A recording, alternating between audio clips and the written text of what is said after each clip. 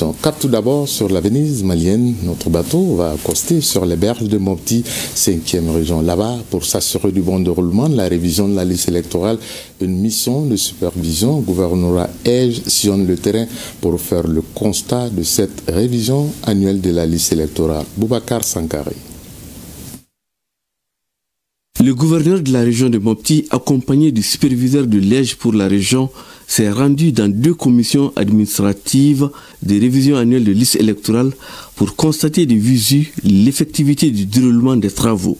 Il s'agit de la commission siégeant à la mairie de la commune urbaine de Mopti et celle de la commune rurale de Soukoura.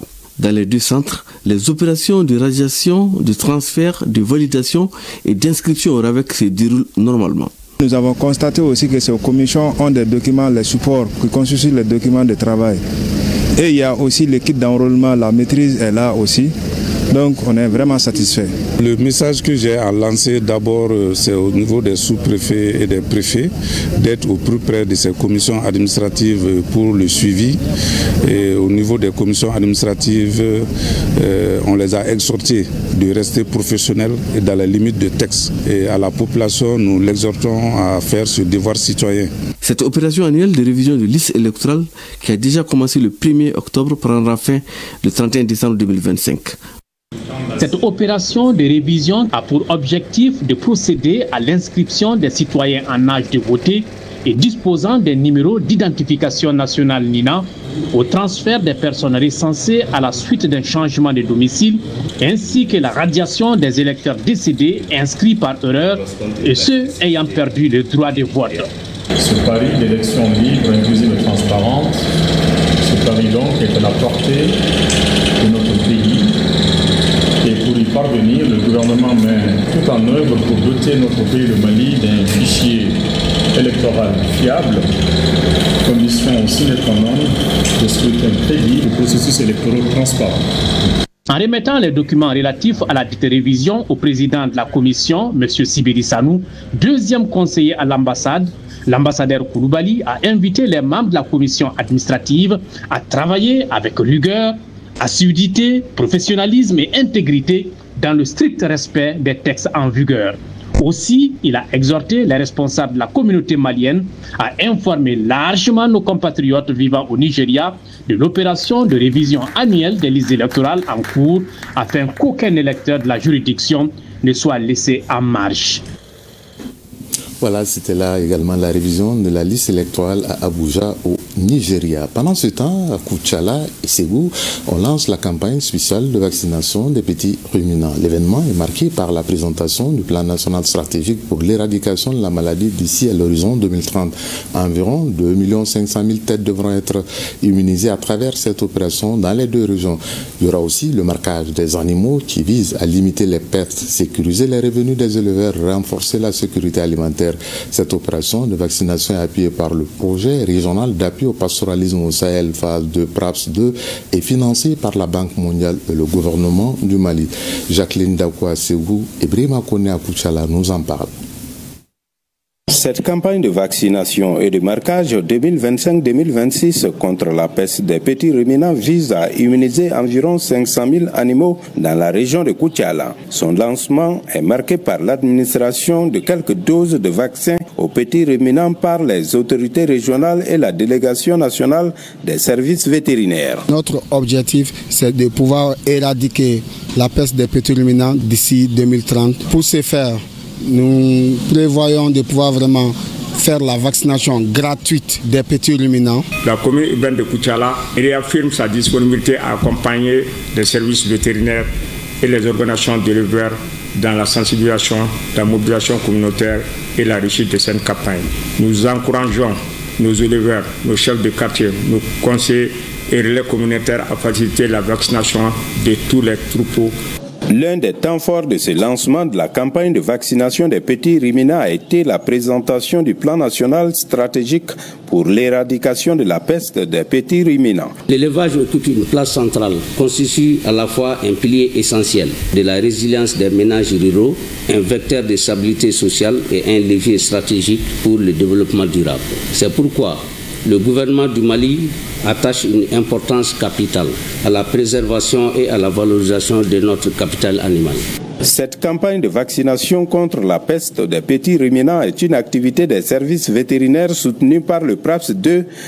Cette campagne couplée au marquage permet de suivre les animaux, contrôler les mouvements et faciliter la traçabilité en cas d'épidémie. C'est le gouverneur qui a administré la première dose de vaccin et procédé au marquage symbolique. Il s'agit à travers cette opération de vacciner et de marquer tous les ovins et caprins de la région de Ségou.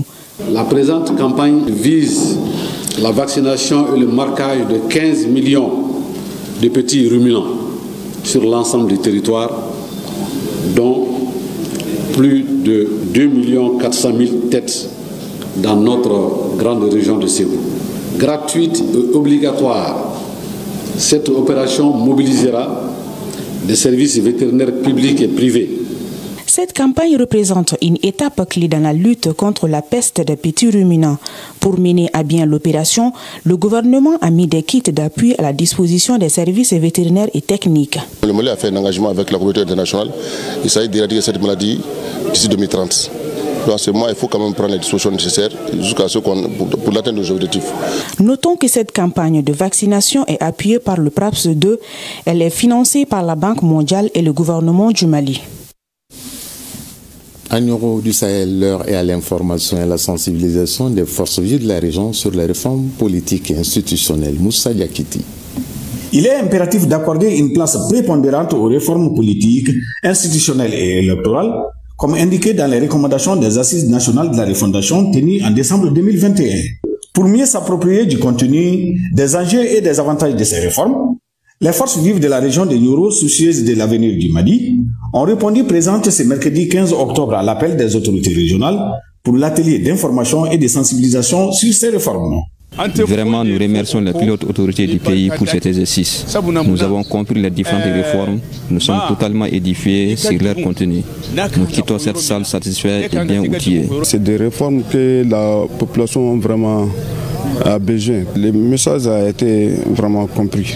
Expliquer ces réformes à la population, c'est une bonne chose. 6 heures de débat ont permis aux participants venus des 6 cercles de la région de toucher du doigt tous les aspects relatifs aux différentes réformes, de poser des questions de compréhension et de mieux s'informer sur les avantages des réformes politiques, institutionnelles, administratives et électorales pour le développement harmonieux et durable du pays. On appelle tout le monde à l'union sacrée, à la cohésion de tous, pour que ces temps de réformes promis en cours soient une réalité et qui va radicalement changer la vie du Malien, et nous allons vivre dans ce Mali croix qu'on va bâtir ensemble. Sur le long arrêt à présent à Kita et sur les falaises de Banyangara, lancement du mois de la solidarité et de la lutte contre l'exclusion avec la visite aux personnes âgées dans les 2 localités, Agibou Koulibaly à Banyangara et Mohamedi Aloubari à Kita pour les détails. Pour le lancement du mois de la solidarité et de la lutte contre l'exclusion, le gouverneur de la région de Kita a rendu une visite de courtoisie aux personnes âgées de la ville. Il s'agit de Monzon Keita, 101 ans du quartier Niafala, Mahamadou Ousmane Diallo, 125 ans de Sebouni et Nyakoro Diara du quartier Liberté, 100 ans. Le chef de l'exécutif régional a remis des cadeaux symboliques aux 3 personnes âgées. Chaque année, on rend visite quand même aux personnes les plus âgées de la région ou des cercles pour vraiment instaurer le respect et la considération aux personnes âgées. Ces dons sont composés entre autres de sacs de riz, de mil, de sucre, de couvertures, de moustiquaires imprégnés et de nattes de prière. C'est pour nous l'occasion de dire toute la solidarité de la nation à l'endroit de nos dévanciers, des personnes qui sont les dépositaires de nos valeurs, mais également prendre leur bénédiction pour notre pays, pour nos plus hautes autorités, pour nous-mêmes, pour notre région. Rappelons que pour cette 30e édition du mois de la solidarité et de la lutte contre l'exclusion au Mali a pour thème la promotion d'une culture de solidarité. Ce thème vise à renforcer les valeurs de solidarité, de compassion et d'inclusion dans la société malienne. Le lancement des activités du mois de la solidarité et de lutte contre l'exclusion à Banyangara s'est déroulé dans une atmosphère empreinte d'émotion et de proximité au cœur des quartiers d'Anganougou, 5e quartier de la ville de Banyangara. C'est le moment également de penser à ceux qui traversent des périodes difficiles de les assister, de les venir en aide. Le chef de l'exécutif régional a rendu une visite symbolique à 2 doyens de la communauté en leur offrant des cadeaux. Amidou Ongoiba, âgé de 105 ans à Daganougou, et Nene Souka Traoré, 98 ans au 5e quartier. Ces visites du gouverneur s'inscrivent dans la dynamique nationale de reconnaissance et de respect envers les aînés, véritables gardiens de la mémoire collective. Partout où il est passé, le gouverneur a salué la résilience des populations et encouragé les initiatives locales de solidarité, tout en réaffirmant l'engagement des autorités à lutter contre toutes les formes d'exclusion sociale. La solidarité n'est pas un simple mot, c'est un comportement. Car la solidarité dont il est question ici, elle est agissante. C'est une solidarité concrète. C'est une solidarité qui jette les ponts entre les générations et qui construit notre avenir. Ce lancement marque le point de départ des mois d'action citoyenne et de gestes de cœur à travers la région de Badiangara où la solidarité demeure une valeur vivante et partagée. Direction à présent à Gao, la cité des Askers, pour parler des 32 ans de la radio Neta. Pendant 3 jours, les responsables de la radio, les auditeurs et les autorités ont partagé leur passion de la radio. Sambari Aïdara.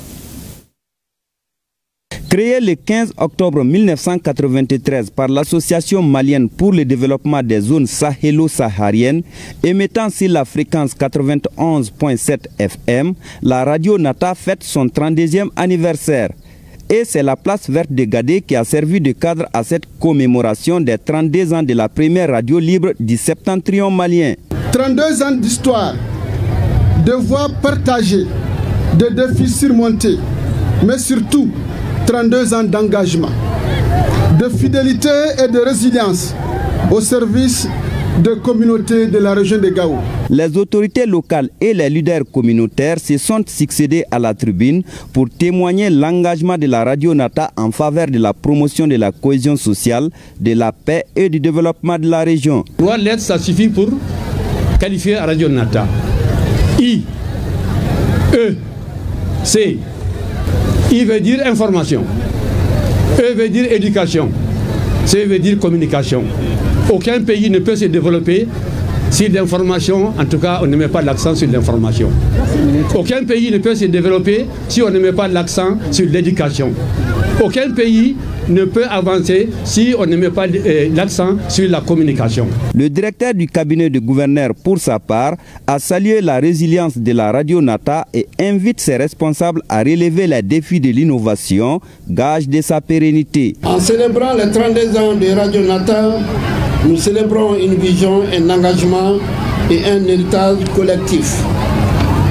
Puisse ces 32 années être le socle d'une nouvelle ère, celle d'une radio encore plus forte, plus inclusive et plus innovante. Cette commémoration du 32e anniversaire de la radio Nata, dont les festivités ont démarré, va se poursuivre avec beaucoup d'activités récréatives, notamment la lutte traditionnelle, au grand plaisir de ses fidèles auditeurs.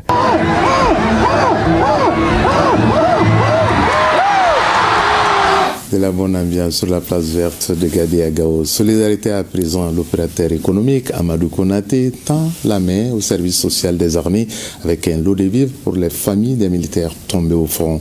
La donation rentre dans le cadre du mois de la solidarité et de la lutte contre l'exclusion. Awa Adama Koulibaly.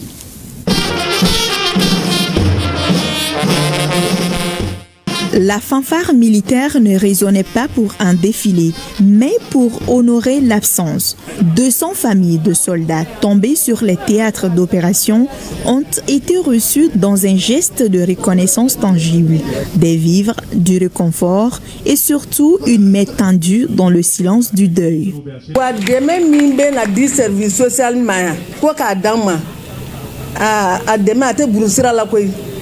Abesa se yɔrɔ fo ka tila ka fu fara ka tuguni an cɛw sa ni bi cɛ an ma kasi an denw ma kasi an fara an bɛ Amidou Konaté fo k'a waleɲuman dɔn. Cet acte de générosité intervient en plein mois de solidarité et chaque Malien est appelé, selon son poids, à y laisser sa trace. Tel est l'état d'esprit de Hamidou Konaté dit Titi, donateur des 200 sacs de riz, de sucre et de bidons d'huile. Je pense que l'humanisme et la solidarité, ça est dans le sang de tous les Maliens. Ce n'est pas la première fois et j'implore le bon Dieu que ça ne sera pas aussi la dernière fois. Cette donation aura sans nul doute un impact concret et durable, permettant aux veuves de soulager leurs souffrances et assurer les besoins fondamentaux en termes alimentaires. Grâce à des personnes de bonne volonté comme vous, des vies seront transformées et des espoirs seront réalisés. Comme le dirait l'autre, on n'est pas soldat que sur le champ de bataille. On peut contribuer à la stabilité de la nation autrement, notamment en aidant son prochain. Et à la direction du service social des armées, ce n'est pas le besoin qui manque. Venons-en à présent à notre dossier de ce 13h. Nous sommes sur les pas de deux femmes que tout oppose, mais elles ont un dénominateur commun, le cancer du sein. Il s'agit de Clarisse et de Fatmata Diawara. Voyons à présent à quoi ressemble une vie après le cancer du sein. L'une est pleine de jeunesse, fauchée en plein élan, l'autre est forte de son vécu. Si Fatoumata est guérie, Clarisse est en rémission. Elle nous raconte cette vie d'après, ici et maintenant, faite de cicatrices et souvent de petits miracles. Une vie où chaque jour a compté et chaque jour, elles ont appris à aimer leur corps tout en faisant confiance au temps. Ma vie après le cancer, dossier signé Moussa Papa Aidara. Depuis quelques mois, c'est devenu la routine de Clarisse. Se rendre à l'hôpital pour un contrôle médical. Ce mardi matin, elle a rendez-vous avec le docteur Madane Lee. Bonjour, un suivi régulier est indispensable dans son cas. Les derniers bilans et puis le scanner que j'ai fait. D'accord. Donc je voulais savoir si tout va bien ou... D'accord. Voilà, j'espère que... Et le résultat de la prise de sang est aussi dans le bon sens. Ok, il n'y a rien. Il n'y a rien, donc ça veut dire que c'est normalement, le prochain bilan c'est... Dans 4 mois. Dans 3-4 mois. Donc comme d'habitude, avec votre permission, on va vous examiner. C'était tous les 6 mois, mais maintenant Clarisse doit voir le médecin tous les 4 mois. Une surveillance rapprochée pour éviter la récidive. Déjà, le suivi est très important. Pourquoi on fait le suivi? Parce qu'on sait que c'est une maladie sournoise qui peut revenir. C'est ce qu'on appelle la récidive. Elle est beaucoup plus fréquente les 2 premières années. C'est pour ça qu'il y a une surveillance rapprochée tous les 3 à 4 mois. Donc l'objectif de cette surveillance, si malheureusement il y a une récidive, on espère qu'elle ne sera pas foudroyante et que c'est au tout début et qu'il a accès encore à des traitements efficaces pour encore remettre la personne en rémission complète. Clarisse, 32 ans, est une survivante du cancer du sein. Depuis 1 an, elle est en rémission complète. Face au regard parfois pesant de la société, Clarisse a trouvé un refuge, son petit miroir. Loin des jugements, quelques touches de fond de teint l'aident à ressentir sa féminité. C'est dans ces moments-là qu'elle reprend goût à la vie. Ah, le maquillage, ça m'aide beaucoup. Déjà, les gens me jugeaient en mode « c'est quoi celle-là ?» Mais après, les gens ont commencé à voir autrement et à comprendre que c'était juste un mécanisme de défense que j'avais mis. Un mécanisme de défense contre les jugements des gens.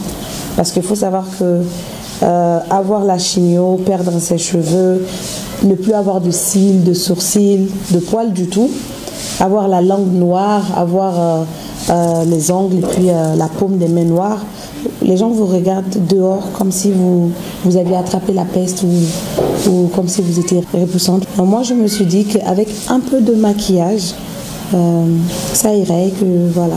Voilà ma photo. Je ressemblais à cette femme claire, jolie, toute pimpante. C'est en mai 2024 que le diagnostic tombe. Clarisse est atteinte d'un cancer de sein triple négatif, une forme agressive de la maladie. La tumeur mesure 9 cm. Sa vie bascule, mais au lieu de s'effondrer, elle pense d'abord à l'être qu'elle aime le plus au monde. Au moment où j'ai vraiment pris conscience que j'avais le cancer, j'ai pensé à ma fille. Parce que je me suis dit, voilà, ça y est, peut-être que j'arrive à la fin de ma course, la course qu'est cette vie. Et j'ai pensé à cette petite fille, je me suis dit, mais qui va prendre soin d'elle? Qui sera là, qui va l'aimer comme moi je l'aime? Clarisse serre les dents et affronte 8 séances de chimiothérapie, puis 20 séances de radiothérapie. Une preuve redoutable, un combat dont elle porte encore aujourd'hui les cicatrices. Jusqu'aujourd'hui, moi j'ai une machine dans la poitrine qu'on appelle la chambre implantable. On ne pouvait pas me le faire à travers les veines parce que lorsqu'on te l'instaure à travers les veines, on prend les risques de péter les veines. J'ai changé de couleur principalement à cause de la radiothérapie. La machine de radiothérapie noircit beaucoup. Je vis chaque jour comme une grâce. J'ai l'habitude de le dire. Quand je me couche le soir, je ne sais pas quel jour il fera. Parce qu'il y a des jours où je suis en train de rigoler avec des amis. Le lendemain, je suis à l'hôpital. Ou le lendemain, je fais une crise. Et elle est quand même assez drôle, cette vie post-cancéreuse. J'ai perdu confiance en moi en tant que femme. La libido, ce n'est pas ça. Je ne vis plus comme avant. Ça, c'est une certitude. Aujourd'hui, malgré les séquelles, une autre survivante du cancer du sein, Fatoumata Diawara, la soixantaine, a repris son poste dans l'administration. Un retour à la vie active qu'elle décrit comme une deuxième naissance. Car pour cette sexagénaire, travailler à nouveau, c'est retrouver sa dignité, sa place dans la société.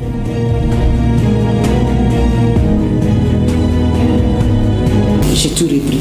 D'ailleurs, je fais encore plus qu'avant. D'abord, j'étais obligée, pendant le traitement, d'arrêter tout. Ça m'avait affaibli à tel point que je ne pouvais pas faire un bon rendement. C'est un traitement très lourd et très toxique.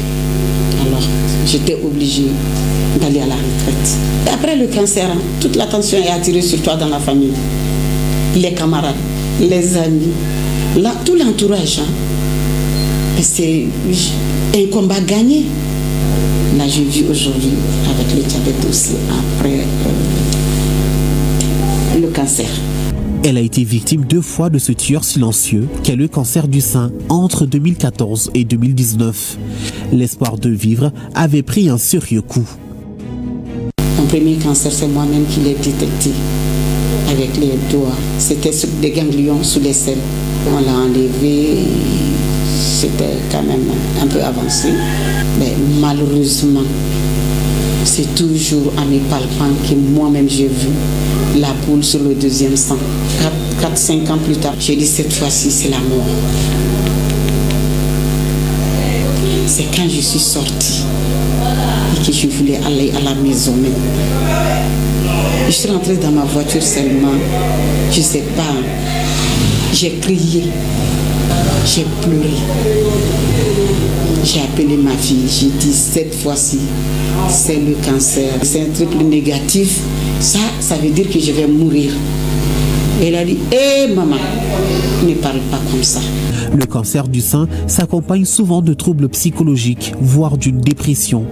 Et pour transformer cette épreuve en force, Clarisse crée l'organisation Ceinture. Un jeu de mots entre ceinture et sein. Symbole de son combat. Une manière pour elle de sensibiliser, d'accompagner et de donner de l'espoir à d'autres femmes. Oui, Ceinture, franchement, avec le dynamisme de tous les membres, nous arrivons à faire quelque chose parce que déjà nous inspirons assez confiance. Le slogan de Ceinture, c'est « Rejoignez-nous, soutenez-nous, mais surtout dépistez-vous ». C'est-à-dire qu'à défaut de nous rejoindre, à défaut de nous soutenir, que chaque entretien ou chaque contact avec nous vous pousse à vous dépister. Donc j'espère réussir à avoir fait du dépistage précoce une culture au Mali. Connaître son statut pour vraiment affronter le traitement qui n'est pas à la portée des Maliens. Parce que le traitement coûte excessivement cher et très dur. Ça fait des séquelles vraiment qui sont insupportables. À deux, elles réinventent leur quotidien. Clarisse s'est mise dans la sensibilisation à travers son association Ceinture. Fatoumata est aussi dans la même dynamique avec les femmes, mais s'occupe d'autres tâches à lui confier par la CAFO. Le cancer leur a pris beaucoup, mais il leur a aussi laissé quelque chose d'inestimable, une conscience aiguë du présent, une sororité inattendue et la certitude que même après l'orage, la lumière revient. Autrement, mais intensement. Par contre, le souhait aujourd'hui de Clarisse est de pouvoir passer le cap des 5 ans de réémission et rester en vie, ne serait-ce que pour sa fille. C'est avec cette résilience face à la maladie que ce trésor prend fin. À 20h, vous allez retrouver Awaditma Kamara. Merci de nous avoir suivis. Bel après-midi en compagnie des programmes de ORTM 1. Chacun de nous ne peut être une étoile, mais tâchons de briller pour éclairer là où nous sommes. Bonne semaine à venir à toutes et à tous. Au revoir.